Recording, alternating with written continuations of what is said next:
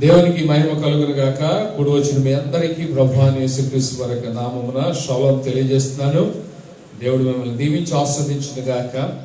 మరి దేవుడు గతించిన కాలం అంతా కూడా మనల్ని భద్రపరిచి సంరక్షించి పోషించి ఈ దినాన్ని సజీవులుగా మళ్ళా తిరిగి ఆయన మందిరములో మనందరము కలుసుకోవడానికి దేవుడు అనుగ్రహించినటువంటి గొప్ప తరుణాన్ని బట్టి దేవునికి మహిమ ఘనత చెల్లిస్తూ ఉన్నాను. అదేవిధంగా ఈ కార్యక్రమాన్ని వేరు వేరు దేశాల్లో నుంచి చూస్తున్నటువంటి వారు మరి వారందరి కొరకు కూడా ఈ యొక్క కార్యక్రమాన్ని ఏర్పాటు చేయడం అనేటువంటి జరుగుతుంది కనుక ఈ లైవ్లో మరి చూస్తున్న మీ అందరినీ కూడా దేవుడు దీవించి ఆశీర్వదించాలని నేను కోరుకుంటూ ఉన్నాను.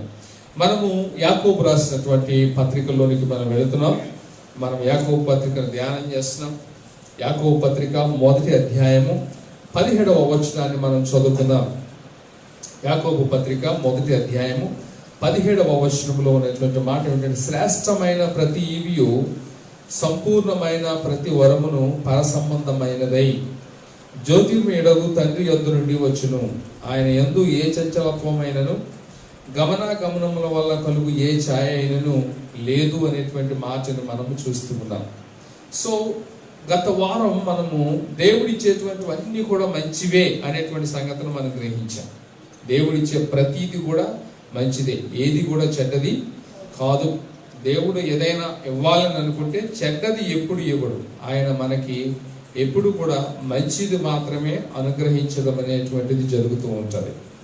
కాబట్టి ఏదైనా ఒకవేళ మనకి కీడుగా కానీ చెడుగా కానీ అనిపించినటువంటిది ఏదైనా ఉన్నట్లయితే అది దేవుని వలన వచ్చినది అని మనం అనుకోవడానికి వీలు లేదు అని మనం ఇక్కడ లేఖనాల్లో యాకోబు పత్రికలో చాలా క్లియర్గా స్పష్టంగా మనం తెలుసుకుంటూ ఉన్నాం. దేవునికి స్తోత్రం కలుగును గాక.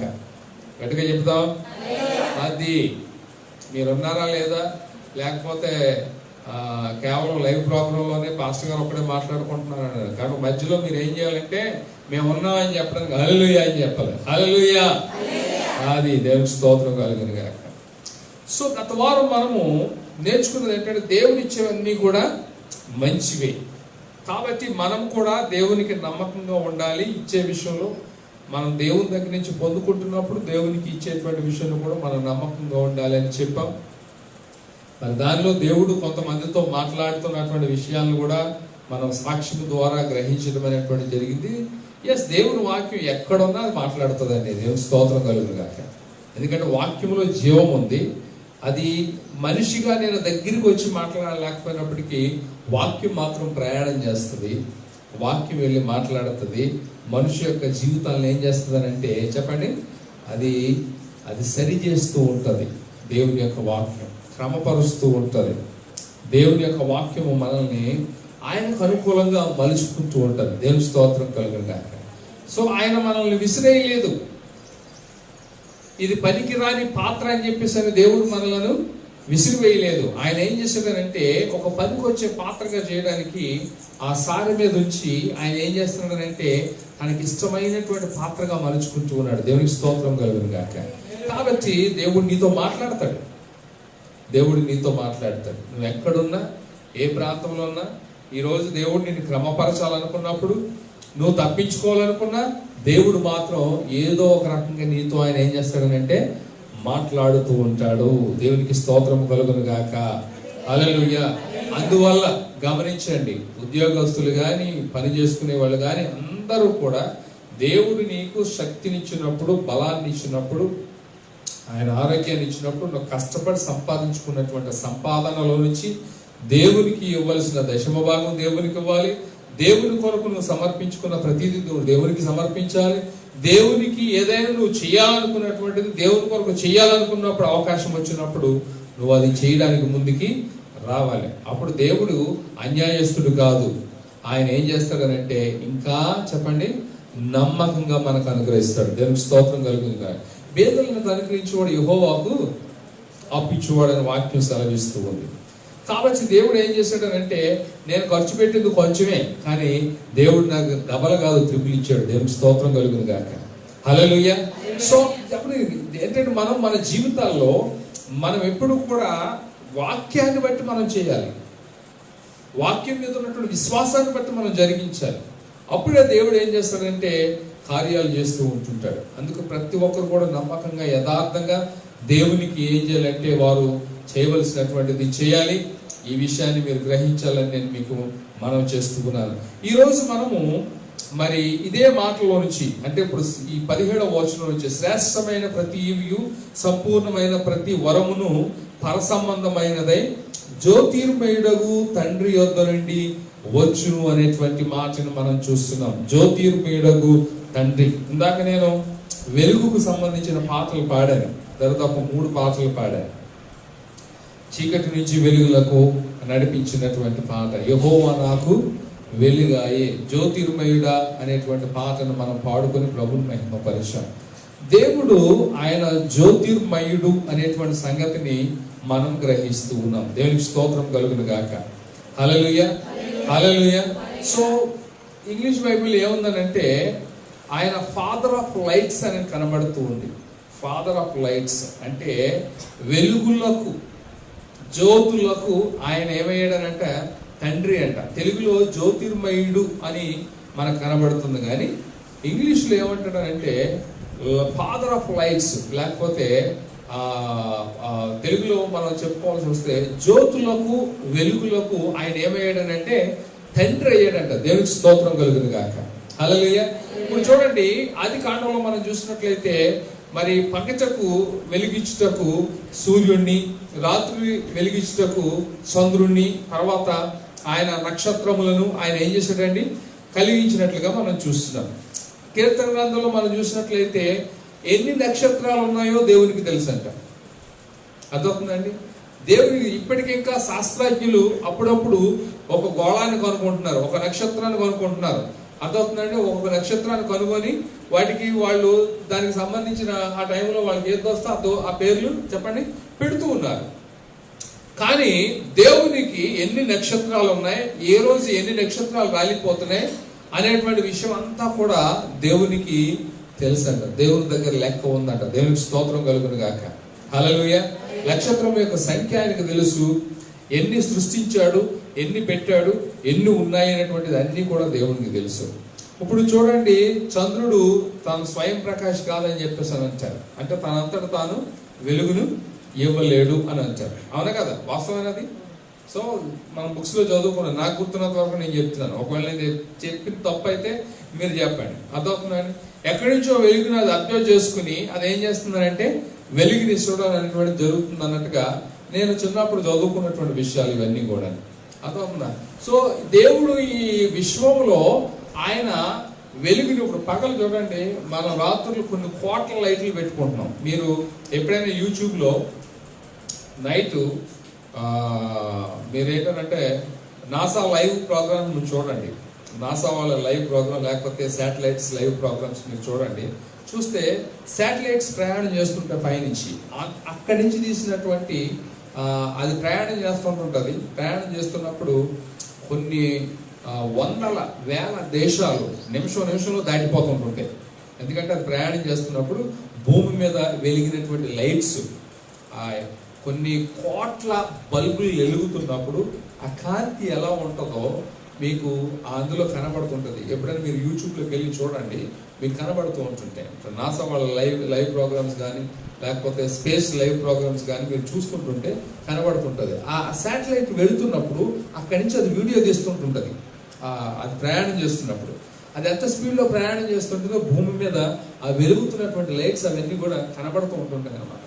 మరి ఇన్ని కోట్ల లైట్లు మానవుడు తయారు చేసినటువంటివి ఒక్కసారి వెలిగినప్పటికీ ఎంత వెలిగిస్తుందా అండి? ఎంత వెలిగిస్తుందా? ఒకే ఒక లైట్ ఏం చేస్తుంది? ఎంత వెలుగునిస్తుంది. దేవుని సృష్టికి మానవుని సృష్టికి అదే డిఫరెన్స్. దేవునికి స్తోత్రం కలుగును గాక. హల్లెలూయా, హల్లెలూయా. సో దేవుడు ఈ వెలుగులన్నిటికీ కూడా ఆయన తండ్రి. సూర్యుడికి కూడా ఆయన తండ్రి, చంద్రుడికి ఆయన తండ్రి, నక్షత్రములకు ఆయన తండ్రి, వెలుగులన్నిటికీ కూడా ఆయన తండ్రి. అంతేకాదు ఇంకా ఆశ్చర్యకరమైనటువంటి వెలుగులు దేవుని యొక్క వాక్యము ద్వారా మనకి కనబడుచు ఉన్నవి. దేవునికి స్తోత్రం కలుగును గాక. హల్లెలూయా. యోహాను సువార్త 1వ అధ్యాయము 14వ వచనాన్ని కనుక మనం చదువుకున్నట్లయితే, యోహాను సువార్త 1వ అధ్యాయము 14వ వచనం.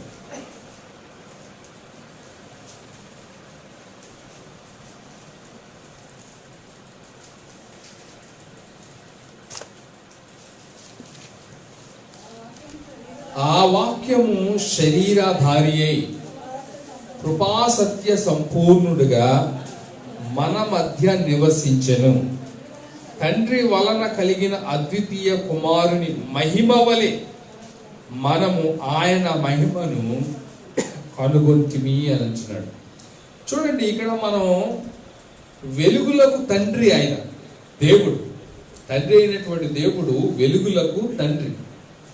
ఆయన తన కుమారుని యొక్క మహిమ వలె ఆయన కుమారునికి ప్రభు అయిన యేసుక్రీస్తు వారికి ఆయన ఆదియందు వాక్యమై ఉండి ఆ వాక్యము శరీరధారిగా భూమి మీదకి ఆయన వచ్చాడు. అది కూడా కృపాసత్య సంపూర్ణుడిగా భూమి మీదకి వచ్చి ఆయన తన యొక్క మహిమను ఏం చేశాడనంటే భూమి మీద మానవులు అనబడినటువంటి వారికి అనుగ్రహిస్తూ ఉన్నాడు. దేవునికి స్తోత్రం కలుగును గాక. హల్లెలూయా. ఇక్కడ గమనించండి, యేసు ప్రభువారు కూడా ప్రార్థన చేస్తున్నప్పుడు ఎవరు ప్రార్థన, తండ్రి నీ యొద్ద నాకు ఎట్టి మహిమ ఉన్నదో అని అంటాడు ఆయన. యోహాను సువార్త 17వ అధ్యాయంలో ప్రార్థన చేసినప్పుడు ఆ మాట మాట్లాడతారు. కాబట్టి యేసుక్రీస్తు వారికి ఆ దేవుని యొక్క స్థానంలో ఉన్నటువంటి మహిమ భూమి మీద మానవునికి లేని పరిస్థితులలో, ఎందుకంటే రోమీయులకు రాసిన పత్రిక 3వ అధ్యాయం 23వ వచనం ఏం చెప్తుందంటే, ఏ భేదము లేదు, అందరూ పాపము చేసి దేవుడు అనుగ్రహించు మహిమను పొందలేకపోతున్నారు. దేవుడు అనుగ్రహించు మహిమను పొందలేకపోతున్నారు అంటే దేవుడు మనిషికి మహిమను అనుగ్రహించాడు. ఆదాము అవ్వలను చేసినప్పుడు ఆదాము అవ్వలు ప్రతిరోజు కూడా దేవునితో వారు గడిపేవారా లేదా చెప్పండి. ఏదేను తోటలో సంధ్య వేళ ఆయన సాయంకాల పూట దేవుడు ఏదేను తోటలోనికి దిగి వచ్చేవాడు. మానవులు ఎవరు లేరు, ఇద్దరే, ఆదాము అవ్వ ఏదోను తోటలో.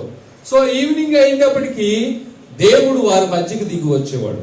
మరి వారు దేవునితో ఏం చేశారు చెప్పండి, సహవాసం చేశారు, దేవునితో కలిసి తిరిగారు.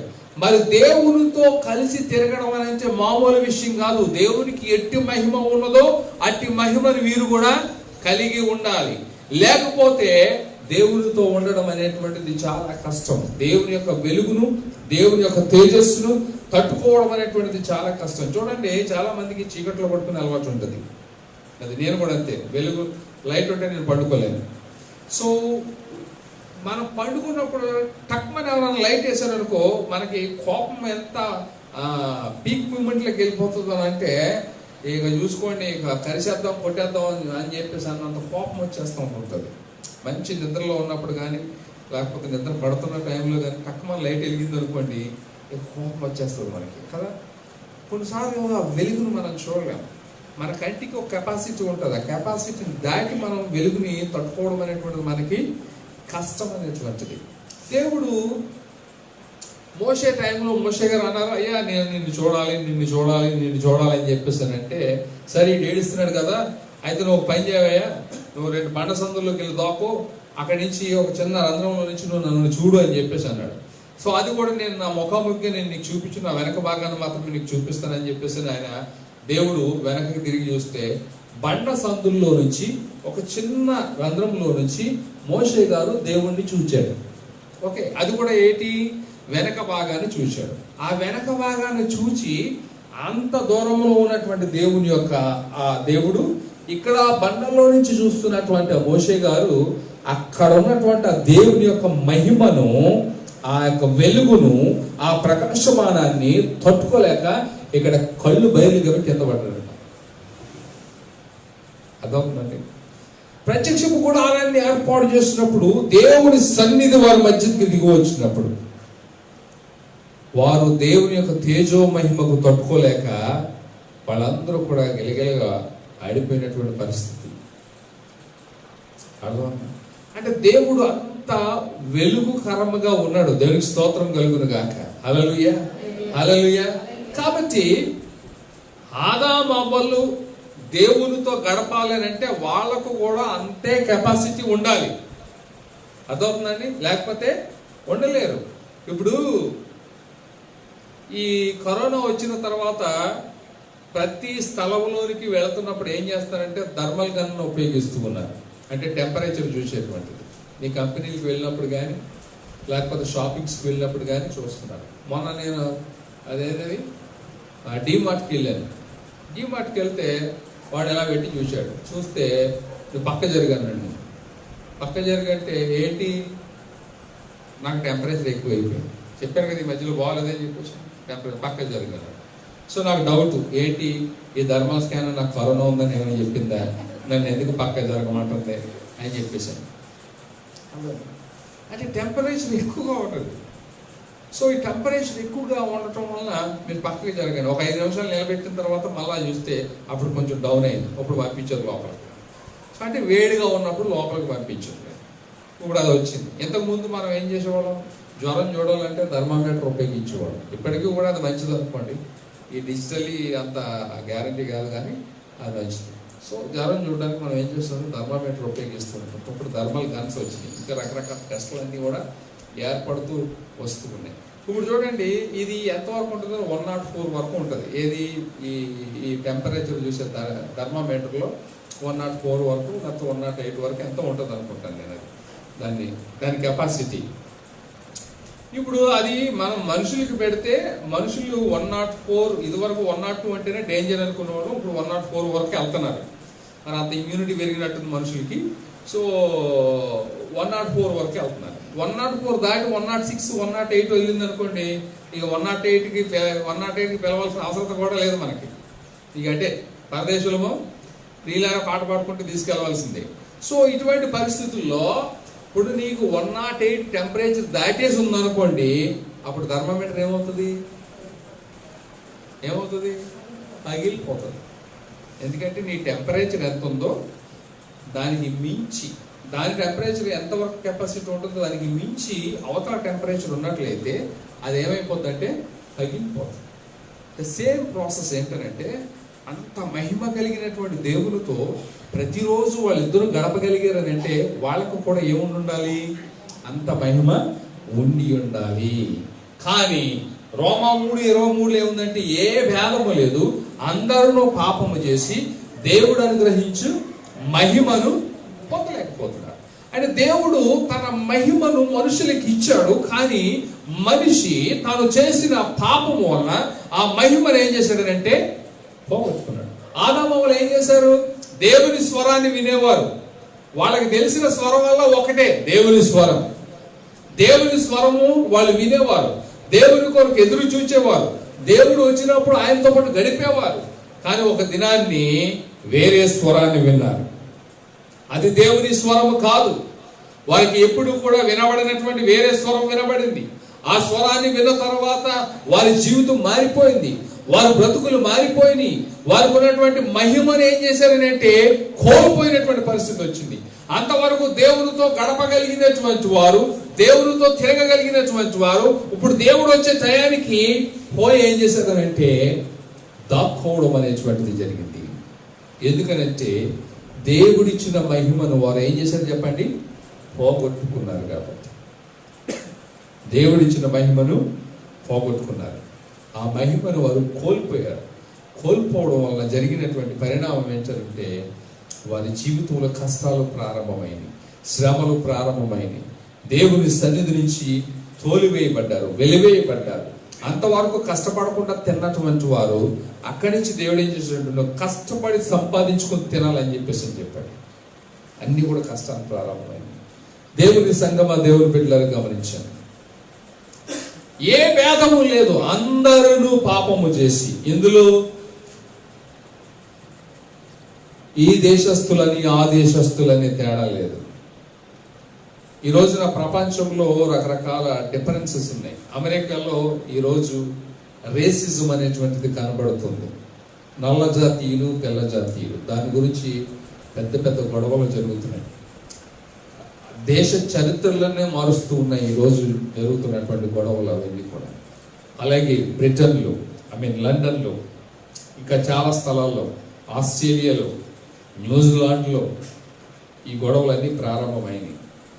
ఇవన్నీ కూడా చాలా భయంకరంగా లోకంలో జరుగుతూ ఉన్నటువంటి విషయాలు. రేసిజం అని మన దేశానికి వచ్చేటప్పటికి క్యాస్టిజం అర్థమవుతుందండి. చాలా మంది భక్తులు ఈ లైవ్లో ఈ కార్యక్రమం చూస్తున్నారు, కానీ లేకపోతే ఎప్పుడైనా మీ జీవితకాలంలో ఈ కార్యక్రమాన్ని చూస్తున్నప్పుడు కూడా గుర్తుపెట్టుకోండి, దేవుని బిడ్డలు అని చెప్పుకున్న తర్వాత కూడా మన కులం అని కనుక మాట్లాడితే నీకు పరలోక రాజ్యం ఉండదు సోదరి. అది పరలోక రాజ్యం ఉండదు. నువ్వు పరలోకానికి వెళ్ళాలంటే కులాన్ని పక్కన పెట్టు, క్రీస్తు రక్తంలో కడగబడు. దేవునికి స్తోత్రం కలుగునుగా. హల్లెలూయా.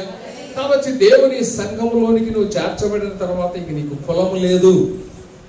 మన భారతదేశంలో ఇంకా కులం బస్సులో ప్రయాణం చేసేటప్పుడు కులం ఉండదు, ట్రైన్లో ప్రయాణం చేసేటప్పుడు కులం ఉండదు. అర్థమవుతుందండి? చివరికి హాస్పిటల్లో పడినప్పుడు కూడా కులం ఉండదు. ఎప్పుడైనా అప్పుడప్పుడు మధ్యలో పెడుతుంటుంటారు, మాకు ఈ బ్లడ్ కావాలి, ఓ పాజిటివ్ బ్లడ్ కావాలి, ఏబి నెగిటివ్ బ్లడ్ కావాలి, లేకపోతే ఆ బ్లడ్ కావాలి, ఈ బ్లడ్ కావాలి, ఎవరైనా దాతలు అంటే సంప్రదించండి. అప్పుడు కులాలు చూడరు, ఇది ఏ కులము, నా కులం బ్లడ్ అయితేనే నేను ఎక్కించుకుంటానని చెప్పేసి అని మాట్లాడరు. అర్థమవుతుందండి? వస్తువులు కొనుక్కోవడానికి వెళ్ళేటప్పుడు నా కులస్తులు అమ్మితేనే నేను కొనుక్కుంటాను, నా కులస్తులు తయారు చేస్తేనే నేను కొనుక్కుంటానని చెప్పేసి అని అంటారు. అర్థమవుతుందండి? కొన్ని ఐటమ్స్ మరి తక్కువ కులం అని చెప్పుకుంటున్నటువంటి వారు తయారు చేసి తీసుకొచ్చి అమ్ముతారు. అప్పుడు నువ్వు కొనుక్కుంటావా లేదా? కుమ్మరి వాళ్ళు ఏం చేస్తారు? కుండలు తయారు చేస్తారు. కుండలు కొనుక్కుంటున్నారా లేదా? అర్థమవుతుందండి? సో కొనుక్కోవాల్సింది. ఇప్పుడు మళ్ళీ చాలా మంది మట్టి పాత్రలోకి వస్తున్నారు. ఇప్పుడు నేను కూడా ఆర్డర్ ఇవ్వాలనుకుంటున్నాను కొన్ని మట్టి పాత్రలు. అర్థమవుతుందండి? ఎందుకంటే మనం తిరిగి మట్టి పాత్రలు మనం చేసుకుని తినడం వల్ల మనకు ఆరోగ్యం అనేటువంటిది వస్తువు ఉంటుంటుంది. ఈ స్టీల్ ఎన్ని రేపట్టే నానా రకాల రోగాలన్నీ కూడా ఇప్పుడు వచ్చేస్తున్నాయి. ఒకప్పుడు మట్టి పాత్రలు తిన్న వాళ్ళు ఎంత ఆరోగ్యంగా ఉన్నారు, ఈ రోజు కూడా చాలా మంది బలంగా ఉన్నారు. దేవునికి స్తోత్రం కలుగుతుంది. కాబట్టి ఏంటంటే మరి అది తయారు చేసేటువంటి వాళ్ళు తక్కువ కూడా వస్తలే, మరి వాళ్ళు చేసి కొనుక్కుని తిన్నారా లేదా ఆ దినాన్ని. మరి బయట కూరగాయలు అమ్ముతున్నారు, అర్థం పంటలు పండించి తీసుకొస్తున్నారు, అందులో తక్కువ కులస్తులైనటువంటి చాలా మంది ఉంటారు. నువ్వు నా కులస్తులు అమ్మితేనే మేము కొనుక్కుంటాం అనేటువంటి వాళ్ళు ఏదైనా ఉన్నదా? లేదు. ఇలాంటి వాటికి అన్నిటికీ కులం రాదు. కానీ కొన్ని దగ్గర మాత్రం కులాలు ఏర్పడుతూ ఉన్నాయి. కొన్ని స్థలాల్లో కుల సంబంధమైన పరిస్థితులు ఏర్పడుతుంది. నార్త్ ఇండియాలో అయితే మరీ దారుణంగా మరి హింసలు జరుగుతూ ఉన్నాయి. కుల సంబంధమైనటువంటి పరిస్థితులను బట్టి హింసలు జరుగుతున్నాయి. దేవుని సంఘం, దేవుని బిడ్డలను గమనించండి. దినాన్ని దేవుని బిడ్డలుగా మనం మారిన తర్వాత ఈ కులాల జోలికి మనం పోకూడదు. మనము ఒకవేళ ఏ కోశాన్నైనా ఇటువంటి ఆలోచిస్తూ ఉన్నట్లయితే, వ్యత్యాసాలను మనం చూసుకుంటూ ఉన్నట్లయితే మనము దేవుని రాజ్యమునకు ఖచ్చితంగా వారసులము కాలేము. కారణం ఏంటంటే నీలో ఈ లోక సంబంధమైనటువంటిది అది నాటుకుని ఉన్నప్పుడు దైవ సంబంధమైనటువంటిది నీలో ఉండలేదు. అది నీలో నివాసము చేయలేదు. నీలో నివాసం అది చేయలేనప్పుడు నిన్ను అది దేవుని రాజ్యానికి నడిపించలేదు. ఎప్పుడైతే నీవు దేవుని బిడ్డగా దేవుని యొక్క సన్నిధిలో నువ్వు సరైనటువంటి విధానంలో ఉండగలుగుతావు, అప్పుడే నువ్వు దేవుని యొక్క కృపను సంపాదించుకుంటావు. దేవుని స్తోత్రం కలుగును గాక. కాబట్టి దేవుని సన్నిధిలోకి వచ్చిన తర్వాత కూడా కులాల గురించి మాట్లాడకండి, మతాల గురించి మాట్లాడకండి. మనందరము కూడా ఒకే పాత్రలో పానం చేయబోతున్నాం. దేవుని స్తోత్రం కలుగును గాక. ఒకే శరీరముగా ఆ రొట్టెగా మనం తీసుకోబోతున్నాం. కాబట్టి there is no difference between us. మన మధ్యలో ఏ విధమైనటువంటి వ్యత్యాసము లేదు అనే సంగతిని మనం గ్రహించాలి. దేవునికి స్తోత్రం కలుగును గాక. దేవుని బిడ్డలమైన తర్వాత కూడా మనం ఇలా ఆలోచించడం అనేటువంటి తప్పు. కాబట్టి ఈ లోకంలో ఇంత భయంకరమైనటువంటి పరిస్థితులు జరుగుతూ ఉన్నవి. దేవుని మహిమ లేనటువంటి పరిస్థితి ఉంది. ఏ భేదము లేదు. అందరూ కూడా ఏమవుతున్నారంటే పాపము చేసి అది దేవుడు అనుగ్రహించే మహిమను పొందలేని పరిస్థితుల్లో ఉండగా ఆయన యేసుక్రీస్తు వారు వాక్కుగా ఉన్నటువంటి యేసయ్య భూమి మీదకి శరీరధారిగా ఆయన వచ్చి నీకు నాకు తిరిగి మరలా ఏం చేస్తున్నాడంటే ఆ మహిమను మనకు అనుగ్రహిస్తూ ఉన్నాడు. దేవునికి స్తోత్రం కలుగును గాక. హల్లెలూయా. అదే వాక్యం ఇక్కడ మనం చూస్తున్నాం. ఆ వాక్యము శరీరధారి అయి కృపాసత్య సంపూర్ణుడుగా మన మధ్య నివసించెను. తండ్రి వలన కలిగిన అద్వితీయ కుమారుని మహిమ వలె మనము ఆయన మహిమను చెప్పండి కనుగొంటిమి అనే దేవుని యొక్క వాక్యం మనం చూస్తూ ఉన్నాం. సో కాబట్టి దేవుడు చీకటిలో ఉన్నటువంటి లోకం మీదకి తన వెలుగుని యేసుక్రీస్తు ద్వారా ఆయన ఏం చేశాడనంటే ప్రకాశింపజేశాడు. ఈరోజు క్రీస్తులోనికి ఎవరైతే వస్తారో వారే ఎవరో చెప్పండి? వెలుగులో ఉన్నటువంటి వారు, వెలుగు సంబంధులు, వెలుగులో నడుచుకునేటువంటి వారు. మిగిలినటువంటి వారు అందరూ కూడా ఎందులో ఉన్నారు? చీకటిలో ఉన్నారు. అందులో తేడా ఏమీ లేదు. యేసులోనికి ఎవరైతే వస్తారో వారు వెలుగులో ఉన్నారు. యేసులో ఎవరైతే లేరో వారు ఎక్కడున్నారు చెప్పండి? చీకటిలో ఉన్నటువంటి వారు. ఈరోజు నువ్వెక్కడున్నావో ఒకసారి పరిశీలన చేసుకో. ఈ మాటలు వినిచున్నటువంటి నీ జీవితం ఎక్కడ ఉన్నది? నువ్వు చీకటిలో ఉన్నావా, వెలుగులో ఉన్నావా అనేటువంటిది గ్రహించుకో. చీకటిలో మనకి ఏది కనపడదు. ఏ పాము వస్తుందో, ఏ తేలు వస్తుందో, ఎక్కడ ఏముందో, దేన్ని తన్నుకుంటామో, దేన్ని గుద్దుకుంటామో ఏమీ అర్థం కాదు. అర్థమవుతుందండి? అలాగే చీకటిలో జరిగించేటువంటి కొన్ని పనులు కూడా దేవునికి వ్యతిరేకమైనటువంటివి. కానీ దేవుడు ఆయన వెలుగును మన మీద ప్రకాశింపజేసినప్పుడు ప్రతీదీ మనకు కనబడుతూ ఉంటుంది. మనం ఎక్కడ అడుగు వేస్తున్నామో అడుగు ప్రమాదకరమైనటువంటిదే కాదనేటువంటి విషయాలన్నీ కూడా మనకి ఏమవుతాయి చెప్పండి? అవి మనకు తెలుస్తూ ఉంటాయి. దేవునికి స్తోత్రం కలుగును గాక. కనుక మన జీవితాల్లో మనము ఏం చేయాలనంటే వెలుగులో నడుచుకున్నట్లుగా మనం క్రీస్తును వెంబడించి క్రీస్తులోనికి రావాలి. లూకా సువార్త 1వ అధ్యాయము 78-79 వచనాలు కనుక మనం చూసినట్లయితే, లూకా సువార్త 1వ అధ్యాయము 78-79 వచనాలు కనుక మనం చూసినట్లయితే అక్కడ ఏమని ఉన్నదో మనం చూద్దాం. 76వ వచనం, మరియు ఓ శిశువా, నీవు సర్వోన్నతుని ప్రవక్త అనబడుదువు. మన దేవుని మహావాత్సల్యమును బట్టి వారి పాపములను క్షమించుట వలన తన ప్రజలకు రక్షణ జ్ఞానము ఆయన అనుగ్రహించినట్లు ఆయన మార్గములను సిద్ధపరచుటకై నీవు ప్రభువునకు ముందుగా నడుతువు. మన పాదములను సమాధాన మార్గములోనికి నడిపించినట్లు చీకటిలోను మరణ ఛాయలోను కూర్చుండు వారికి వెలుగిచ్చుటకై ఆ మహావాత్సల్యమును బట్టి పైనుండి ఆయన మనకు అరుణోదయ దర్శనం అనుగ్రహించెను. అరుణోదయం అంటే ఉదయకాల సమయంగా సూర్యుడు వస్తుంటాడు చూసారా, దాన్ని ఏమంటామంటే మనం అరుణోదయం అని అంటాం.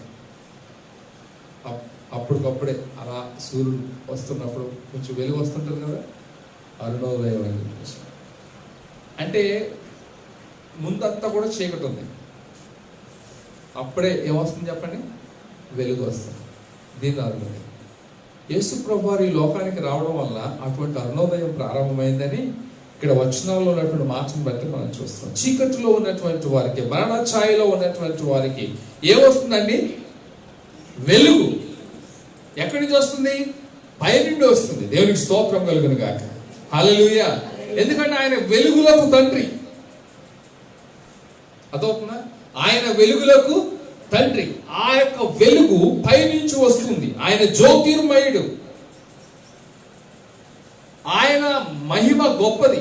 కోటి సూర్యుల తేజోమయుడని దేవుని యొక్క లేఖనం మనకి తెలియజేస్తూ ఉంది. ఒక సూర్యుడు చూడడమే మనకు కష్టం. కోటి సూర్యులను కలిపితే ఆ వెలుగును తట్టుకోవడం మన వల్ల కాదు. అటువంటి అది దైవజనుడు మానవుడికి అర్థమయ్యే భాషలో అలాగనే వ్రాయించాడు, కానీ అంతకంటే ఎక్కువైనటువంటి ప్రభావం ఆయనలో ఉంది. అర్థమవుతుందండి?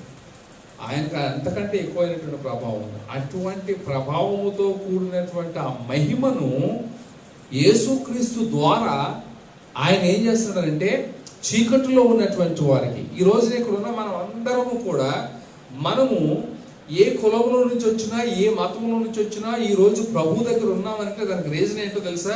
ఒకప్పుడు మనం మరణ ఛాయలో చీకటిలో ఉన్నటువంటి మన బ్రతుకులను ఆయన ఏం చేస్తాడనంటే యేసుక్రీస్తుని అంగీకరించడం వలన ఆయన సన్నిధిలోనికి నడిపించి ఇక్కడ నిన్ను నన్ను కూడా ఆయన ఏం చేస్తాడంటే ఆయన వెలుగుల్లో పెట్టి ఉన్నాడు. దేవునికి స్తోత్రం కలుగును గాక.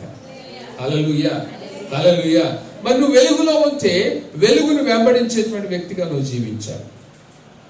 నీ ప్రతిక్రియ కూడా ఎలా ఉందో నువ్వు చూసుకోవడానికి అవకాశం ఉంటుంది. నువ్వు ఎక్కడ నిలబడ్డావు, ఎక్కడ పట్టుకున్నావు, ఎక్కడ నడుస్తున్నావు, ఎక్కడ నువ్వు పాదం మోపుతున్నావు, ఏ రకంగా ఉంది, నీ ప్రక్కన ఎవరున్నారు, చుట్టుపక్కల ఏం జరుగుతుంది, అన్నీ కూడా నువ్వు చూడగలుగుతావు. చీకట్లో మనం అన్నీ చూడలేము. చీకట్లో తాడుని చూసి పాము అనుకుంటాం, పాముని చూసి తాడు అనుకుంటాం. అర్థమవుతుందా? పాముని చూసి తాడు అనుకుని నిలదొక్కేస్తాం.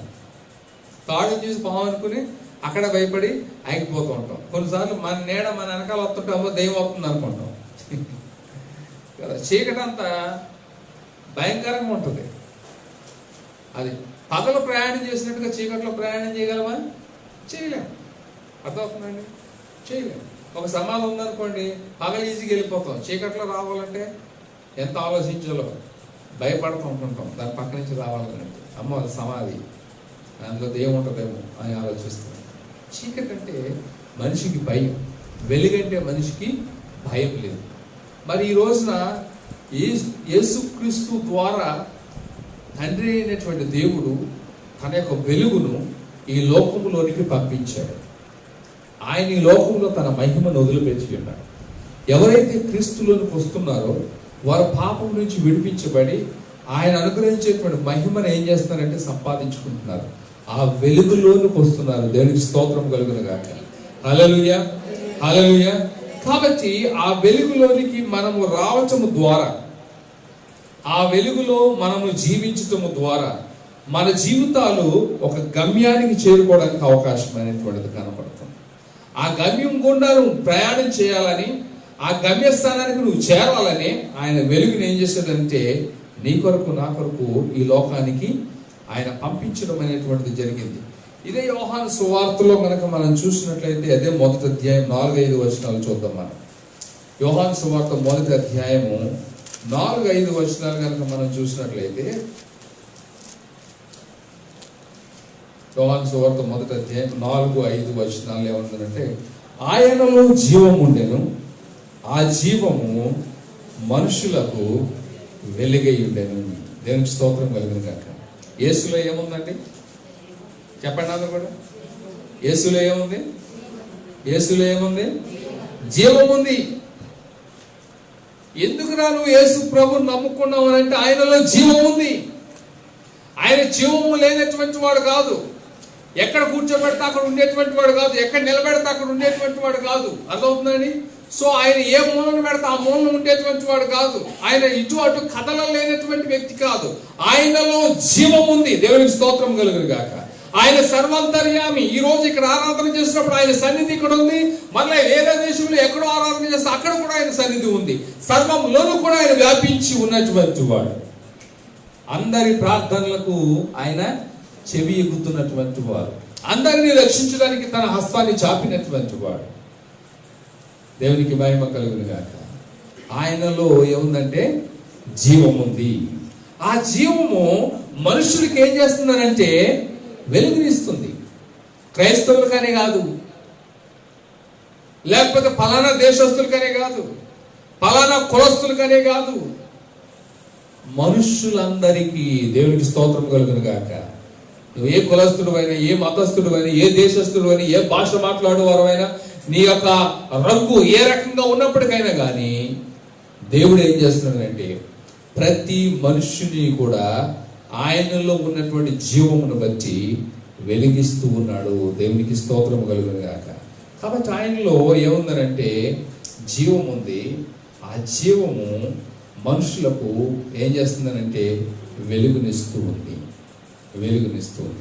కానీ ఇక్కడ ఒక సమస్య కనబడుతూ ఉంది. 3వ అధ్యాయం 19వ వచనాన్ని కనుక చదువుకున్నట్లయితే,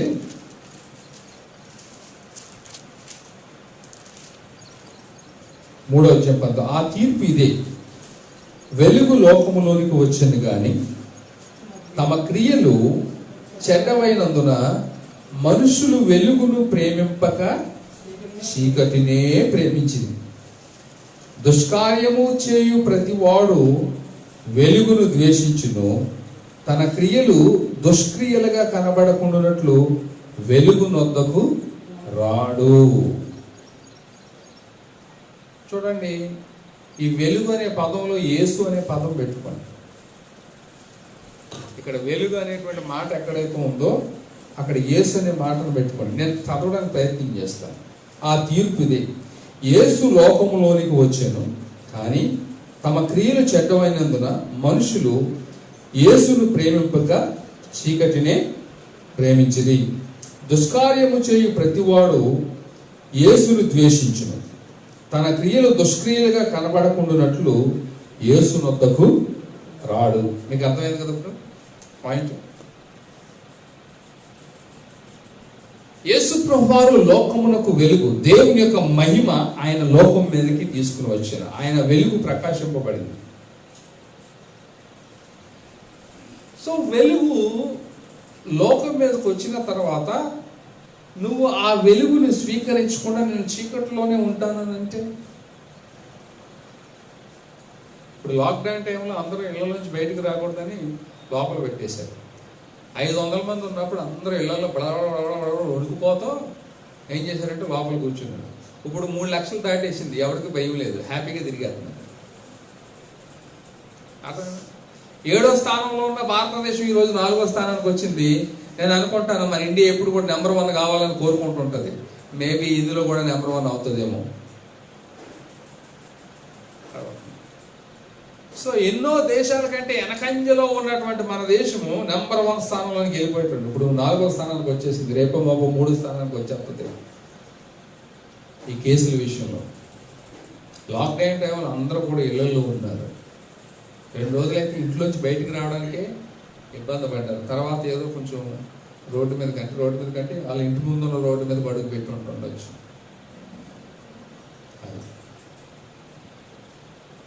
ఒకవేళ ధైర్యం చేసి బయటకు వస్తే పోలీసు వాళ్ళు ఎక్కడ కొట్టేస్తారని చెప్పేసి రాకుండా మానేసినటువంటి వాళ్ళు కూడా చాలా మంది ఉన్నట్టు.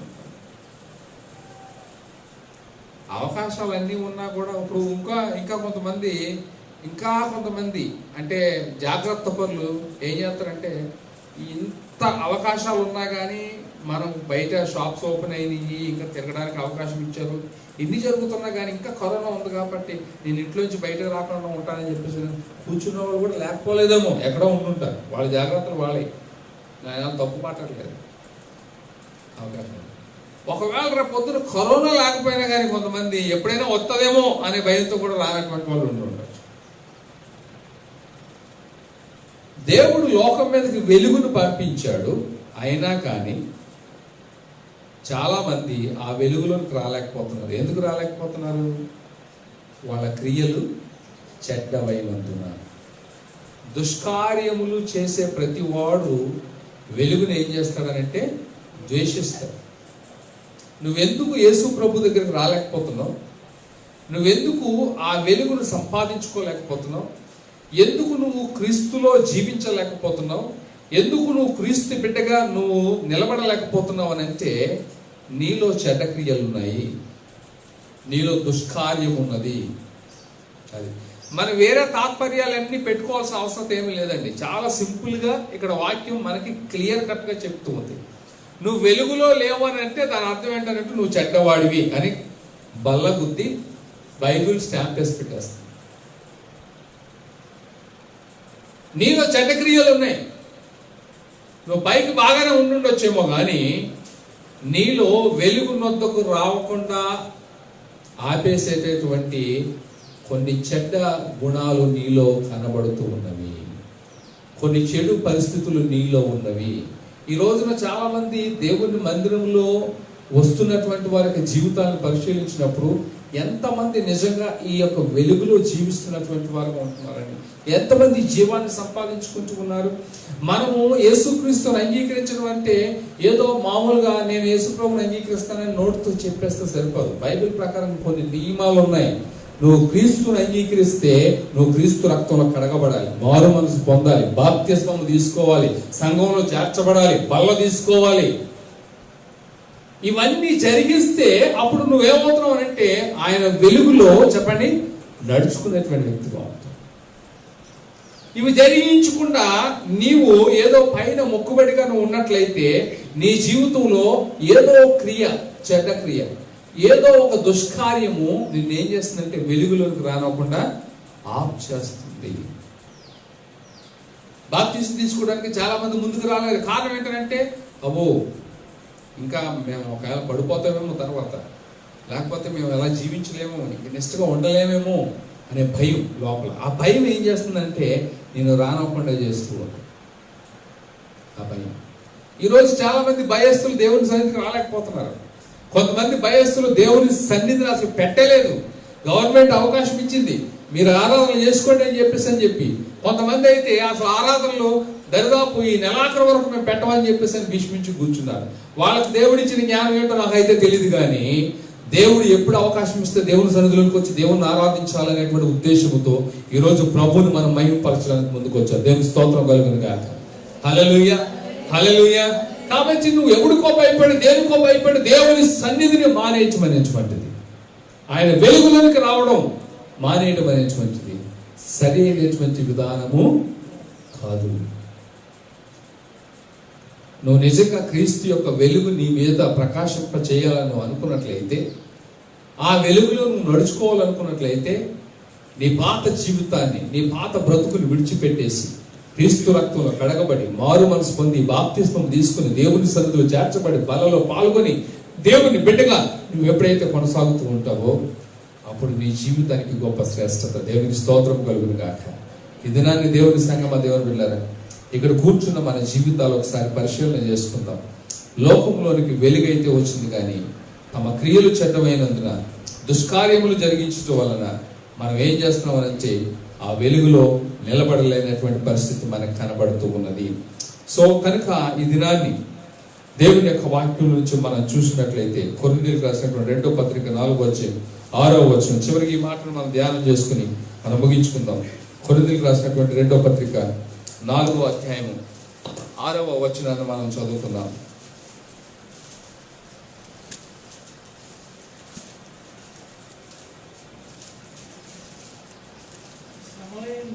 శ్రమలయందు ఇబ్బందుల్లోను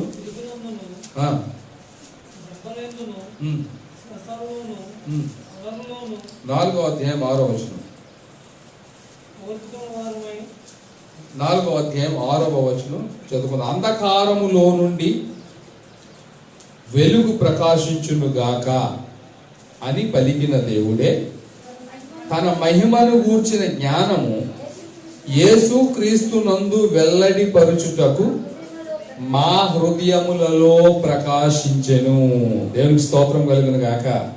హల్లెలూయా.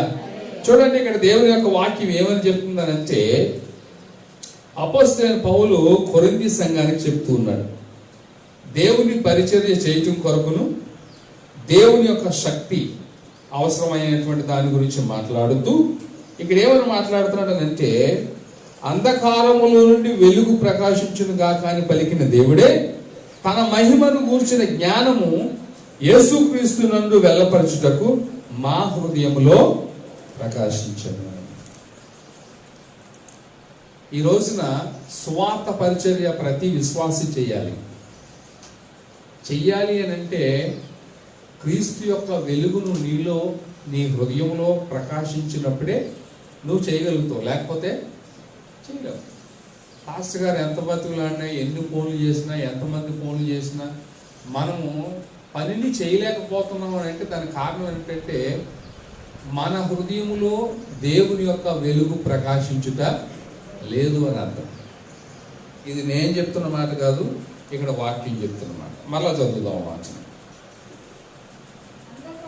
అంధకారములో నుండి వెలుగు ప్రకాశించును గాక అని పలికిన దేవుడే తన మహిమను గూర్చిన జ్ఞానము యేసుక్రీస్తునందు వెల్లడిపరచుటకు మా హృదయములలో ప్రకాశించెను గనుక మేము మమ్మును గూర్చి ప్రకటించుకొనుట లేదు, కానీ యేసును గూర్చి ఆయన ప్రభువనియు మమ్మును గూర్చి యేసు నిమిత్తము మేము మీ పరిచారకులమనియు ప్రకటించుచున్నాము. So they proclaim the gospel. వారు యేసు ప్రభు వారిని ప్రకటిస్తూ ఉన్నారు, మేము పరిచారకులమని తెలియజెప్తున్నారు. అర్థమా? పరిచారకులు అంటే అర్థం ఏంటి? డీకన్స్. ఇంగ్లీష్లో పరిచారకులు ఏమని పిలుస్తారు? డీకన్స్ అని పిలుస్తారు. సో ఈ దినాన్ని నువ్వు సువార్త ప్రకటించే విషయంలో నువ్వు అడుగు ముందుకు వేయలేకపోతున్నావు అని అంటే నీ హృదయములో క్రీస్తు చెప్పండి ప్రకాశించలేదు. ఎవరైతే ముందుకొచ్చి సువార్తను ప్రకటిస్తున్నారో, ఎవరైతే ముందుకొచ్చి సువార్తను వెదజల్లడానికి వారు ముందుకు వెళుతున్నారో వారి హృదయంలో క్రీస్తు ఏం చేస్తున్నాడంటే ప్రకాశిస్తూ ఉన్నాడు. But at the same time ఇంకొక విషయాన్ని కూడా నేను చెబుతున్నాను, జాగ్రత్తగా వినండి. ఏ విశ్వాసి అయినా ప్రతి సంఘానికి ఆ విశ్వాసి కట్టుబడి ఉండాలి. నువ్వు ఏ దేశంలో ఉన్నా, ఏ మూలన ఉన్నా, ఒక్కొక్క విశ్వాసిని ఒక్కొక్క సంఘానికి దేవుడు అంటుకడతాడు. నువ్వు ఆ సంఘానికి అంటుకట్టుబడి ఉండాలి. నువ్వు ఏదైనా పరిచర్య చేయాలని అనుకుంటే ఆ సంఘము ద్వారా, ఆ దేవుని సేవకుని యొక్క ఆశీర్వాదం ద్వారా నువ్వు జరిగించాలి. సంఘ క్షేమాభివృద్ధి కొరకు నువ్వు ఆ పని చేయాలి. అలా చేసినప్పుడే నీ యొక్క పని ఒక మంచి ఫలితాన్ని ఇస్తుంది.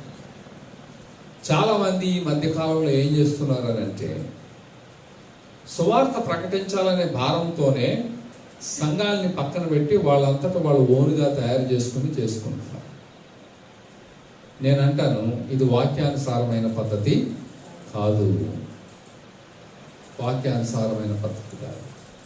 అది జరిగించడం వలన నువ్వు దేవుని సేవ బలి చేసావు, గొప్పగా చేసావు, బలి మీటింగ్లు పెట్టావు, నిన్ను పొగుడుకోవడం సరిపోతుంది. కానీ ఆత్మలు రక్షించబడినటువంటివి ఎక్కడికి వెళ్ళి చేర్చబడతాయి?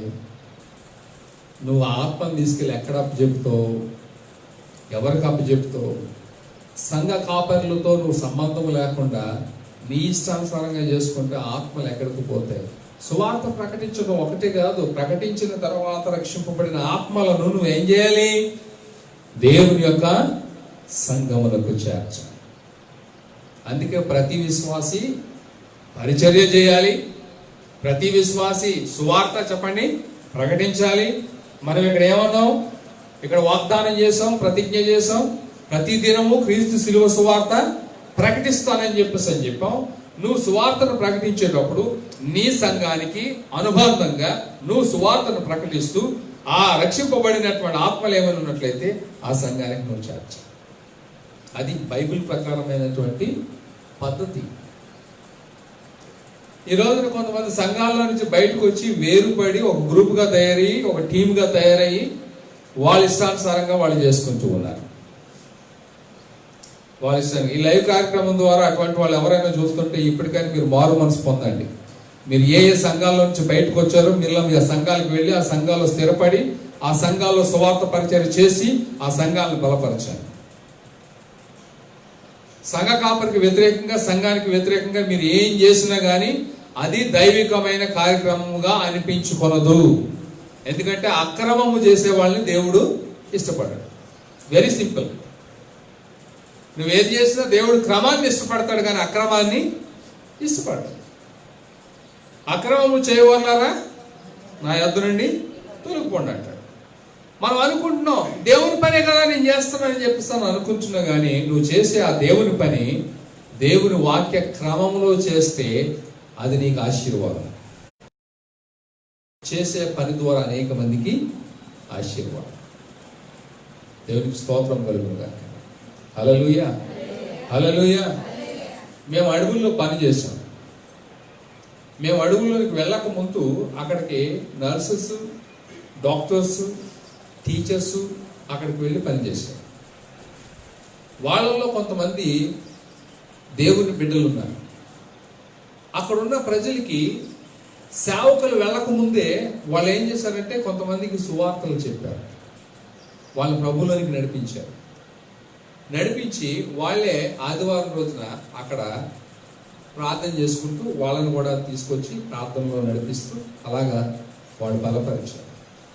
వాడు వన్స్ సేవకులు అక్కడికి వెళ్ళిన తర్వాత ఆత్మలను సేవకులకు అప్పగించి అక్కడ సంఘాన్ని ఆల్రెడీ తయారు చేశారు కాబట్టి ఆ సంఘాన్ని సేవకులకు అప్పగించి తర్వాత వారు ఏమయ్యారనంటే ఆ సంఘ కాపరికి సహకరిస్తూ ముందుకు కొనసాగారు. మేము వెళ్ళిన అడుగుల్లో కూడా సువార్తం అనే ఒక సహోదరి నర్సు, వృద్ధాప్యంలో ఉన్నటువంటి వ్యక్తి, ఆమె ఎన్నో ఆత్మను ప్రభువులను నడిపించి అక్కడ ఉన్నటువంటి సంఘానికి అంటుకట్టింది. అది పద్ధతి, వాక్య ప్రకారమైనటువంటి పద్ధతి. సేవకులు లేకపోతే వేరే సంగతి, కానీ ఉన్నప్పుడు నువ్వు సేవకులు, నువ్వు ఏ సంఘానికి సంబంధించిన వాడువో ఆ సంఘంలో నువ్వు నిలబడి నువ్వు సువార్త సేవలో పాలు పొందాలి. దేవునికి స్తోత్రం కలుగునుగా.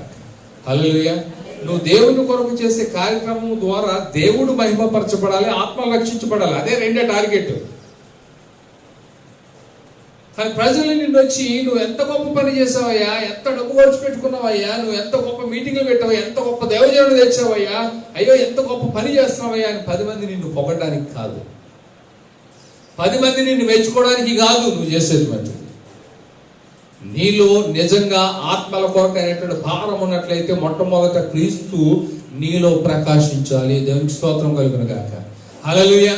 నీలో ప్రకాశించినప్పుడు ఆయన ఒక క్రమమైనటువంటి విధానంలో నడిపిస్తాడు. ఈరోజు అక్రమంగా టీములు తయారవుతున్నాయి.